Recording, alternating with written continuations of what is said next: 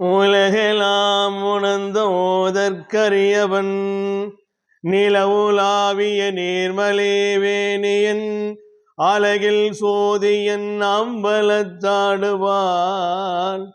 மலசிலம்படி வாழ்த்தி வணங்குவோம். 63 நாயன்மார்களில் ஒருவரான போற்றுதலுக்கும் பாராட்டுதலுக்கும் உரியவராக சைவ சமயத்தர் பெரிதும் மதிக்கத்தக்கவராக இருக்கக்கூடியவர்தான் புகழ்துணை நாயனார். அவரை பற்றி உங்களோடு நான் பகிர்ந்து கொள்ள ஆசைப்படுகிறேன்.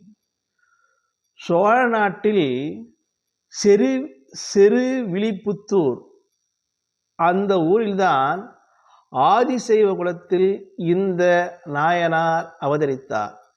இவர் சிவதொண்டே பெரிதொன்று உயர்வொன்று எதிர்கொண்டு நெறிகொண்டு வாழ்ந்தார். இவர் அணிதினமும் அவ்வூரில் இருக்கக்கூடிய அருள்மிகு ஸ்ரீ சௌந்தர நாயகி சமேத சொர்ணபுரி ஈஸ்வரர் ஆலயம் சென்று அணிதினம் வழிபட்டு வந்தார். அணிதினம் வழிபாடு என்பது என்றால் மனதால் தியானித்து வாயால் அர்ச்சனை செய்து உடலால் வழிபாடு செய்வது. மனதால் தியானம் செய்து பஞ்சாட்சர மந்திரத்தை மனதால் தியானித்து வாயால் அர்ச்சனை செய்து உடலால் வழிபட்டு என்றால் இந்த உடலோடு கூடிய ஆன்மாவோடு அவர் அணிதினமும் சிவதொண்டை செய்து வந்தார். இப்படி நாளொரு மேனியும் பொழுதொரு வண்ணமும் பழக்கமாகவே கொண்டு வந்தார். இந்நிலையில்தான் அவ்வூரில் பஞ்சம் தாண்டமாடுகிறது. பசி பட்டினி காடுகரையெல்லாம் காய்ந்து விடுகிறது. மக்கள் ஆலயத்திற்கு வருவதற்கே உணவு இல்லாமல் வழி இல்லாமல் ஆலயம் வருவதே மக்கள் குறைந்து விட்டார்கள். ஆலயம் வந்தால்தான் அர்ச்சனைக்காக ஏதாவது காணிக்கையாக தட்டில் போடுவார்கள். அதை வைத்து ஜீவனம் செய்து வந்தார் இந்த புகழ்துணை நாயனார். இப்படி இருக்கின்ற மக்கள் வருவதாக இல்லை. வயது கொண்டு விட்டது. மூப்பால் இவர் என்ன யாது என்று புரியாமல் பல பேர் அவ்வூரை விட்டு காலி செய்து இடம்பெயர்ந்து போனார்கள். இவர் அந்த ஊரிலே இருந்து சிவதொண்டை செய்து வந்தார். தன்னலம் கருதாமல் இறைவன்பால் அன்பு கொண்டு அணிதினமும் சிவனாருக்கு பூஜை செய்து கொண்டே வந்தார்.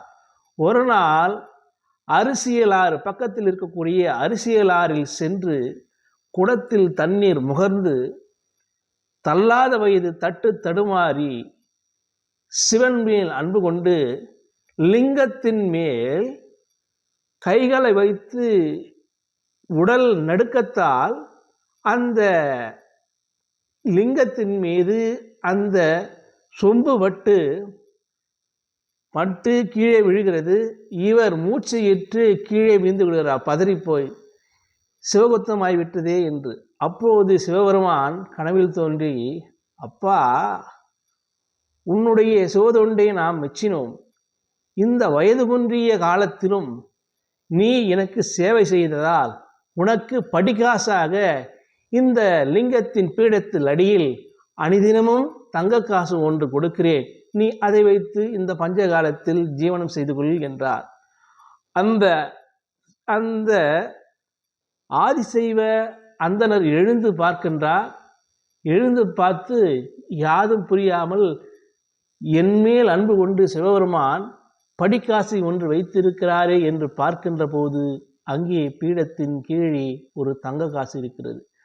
அணிதினமும் படிக்காசாக இறைவனே அவருக்கு அன்புள்ளம் கொண்டு கொடுத்ததாக சொல்லப்படுகிறது. அங்கே என்னதான் அந்த ஈஸ்வரர் பெயன்றார், ஈஸ்வரருக்கு இன்னொரு பெயர் ஒன்று, படிக்காசு நாதர் என்ற பெயர் ஒன்று. அவருக்கு சிவலிங்க தழும்பு, அந்த சிவலிங்க தழும்பு இன்னும் அந்த ஆலயத்தில் சிவலிங்கத்தின் மீது தழும்பு ஏற்பட்டிருக்கிறது. அன்பு நண்பர்களே, இவர் 63 நாயன்மார் வரிசையில் வந்தாலும் சுந்தரர் என்ன சொல்லுகின்றார் என்றால், புகழ்சூழ்ந்த புலியதன் மேல் அறவாடக் கூடி பொன்னடிக்கே மனம் வைத்து புகழ்ந்துரைக்கு அடியேன் என்று திருத்தொண்ட தகையில் சுந்தரமூர்த்தி நாயனார் இந்த புகழ்த்துணை நாயனாரை பற்றி அழகாக விவரித்திருக்கிறார். அன்பு நண்பர்களே, இவர் சிவதொண்டே பெரிதொண்டு உயர்வொண்டு எதிர்கொண்டு நெறிகொண்டு வாழ்ந்து சிலகால் வாழ்ந்து சிவபதம் அடைந்தார். இவருக்கு இந்த அடியாருக்கு குரு பூஜை நாள் ஆனி மாதம் ஆயில்ய நட்சத்திரம், அவதார ஸ்தலம் முக்தி ஸ்தலம் அரிசீர் கரைப்புதூர் என்கின்ற அந்த முக்தி ஸ்தலமும் அவதார ஸ்தலமும் அரிசியர் கரைப்புதூர் ஆகும். அன்பு நண்பர்களே, எந்நாளும் நன்னாளாக அமைய இந்நாளில் உங்களிடமிருந்து விடைபெறுகிறேன். நன்றி, வணக்கம்.